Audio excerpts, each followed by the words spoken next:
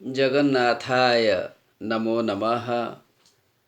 मैं आप लोगों के समक्ष श्रीमद् भगवद गीता के अष्टादश अध्याय से मोक्ष योग से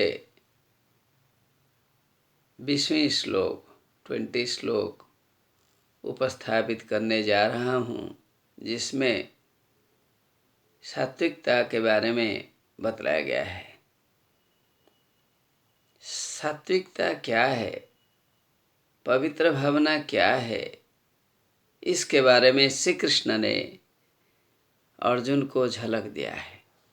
अर्थात अर्जुन के मन में यदि पवित्रता की भावना नहीं आएगी, समत्व की भावना नहीं आएगी, ब्रह्मत्व की भावना नहीं आएगी, तो ज्ञान निरर्थक हो जाएगा।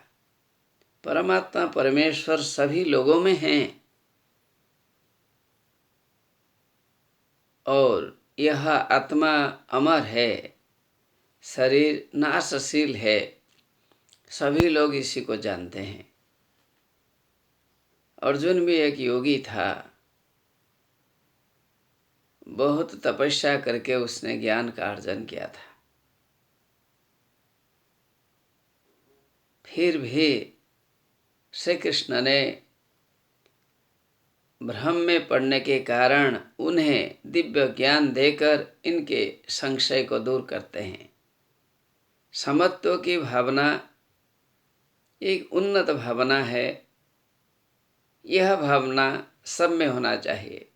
शांति से रहने के लिए समत्व की भावना सब में होनी चाहिए। तो श्लोक के लिए जरा नज़र दें, जिसमें समत्व के बारे में बतलाया गया है। सर्वभूतेषु येनैकं भावमव्ययमीक्षते अविभक्तं विभक्तेषु तज्ज्ञानं विद्धि सात्विकम्। सभी प्राणी विभिन्न शरीरों में विभाजित हुए हैं। अनेक प्राणी है, अनेक शरीर है। सभी शरीरों में परमात्मा का अंश है। इस प्रकार की उन्नत भावना, ऊंची भावना लोगों के मन में सच में परिव्याप्त होनी चाहिए। नहीं होगी तो समत्व की भावना नहीं आएगी। God is present everywhere. Such type of feeling must be there in the minds of all. If we are not having such type of feeling, then we'll be go away from this great feeling that is showing equality to others or thinking equal feeling in all. Thinking the presence of Almighty in all the living beings and also in non-living beings, because all are the gifts of God. फिर बतलाया गया है, इन्हीं विभाजित शरीरों में एक अखंड रूप या भाव को देखता है। बहुत शरीर है, बहुत शरीरों में परमात्मा विद्यमान है। ईश्वरत्व तो सभी प्राणियों में है। इस प्रकार की भावना हमें आ जानी चाहिए। यदि ईश्वर का विश्वास सभी में है, ऐसा मन में आ जाता है, तो हमारा विचार, हमारा जीवन, हमारी जीवन शैली वह आध्यात्मिकता की ओर बढ़ती है। इसमें कोई संदेह नहीं है। और जब लोग समत्व को देखता है, सभी लोगों को समान रूप में देखता है, चूँकि उसमें ईश्वर तत्व विद्यमान है, भगवान विद्यमान है, तो वह सात्विक आदमी है।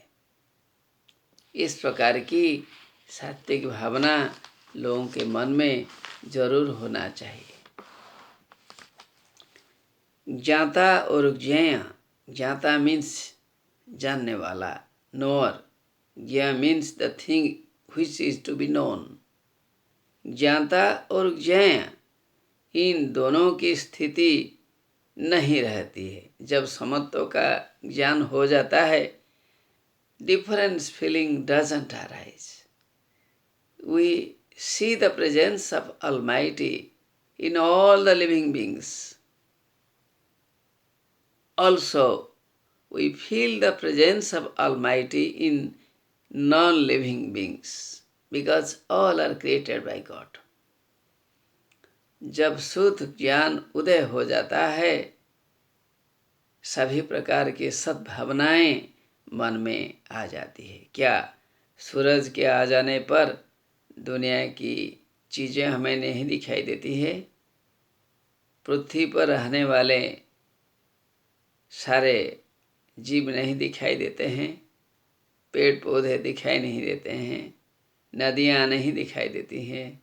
सागर नहीं दिखाई देते हैं? अवश्य दिखाई देते हैं। शुद्ध ज्ञान के आ जाने से आदमी सभी जीवों में ब्रह्म का अनुभव करता है। इसलिए शुद्ध ज्ञान को हम बढ़ाएं। मनुष्य में पृथक की भावना ज्ञान के आ जाने पर नहीं रहती है।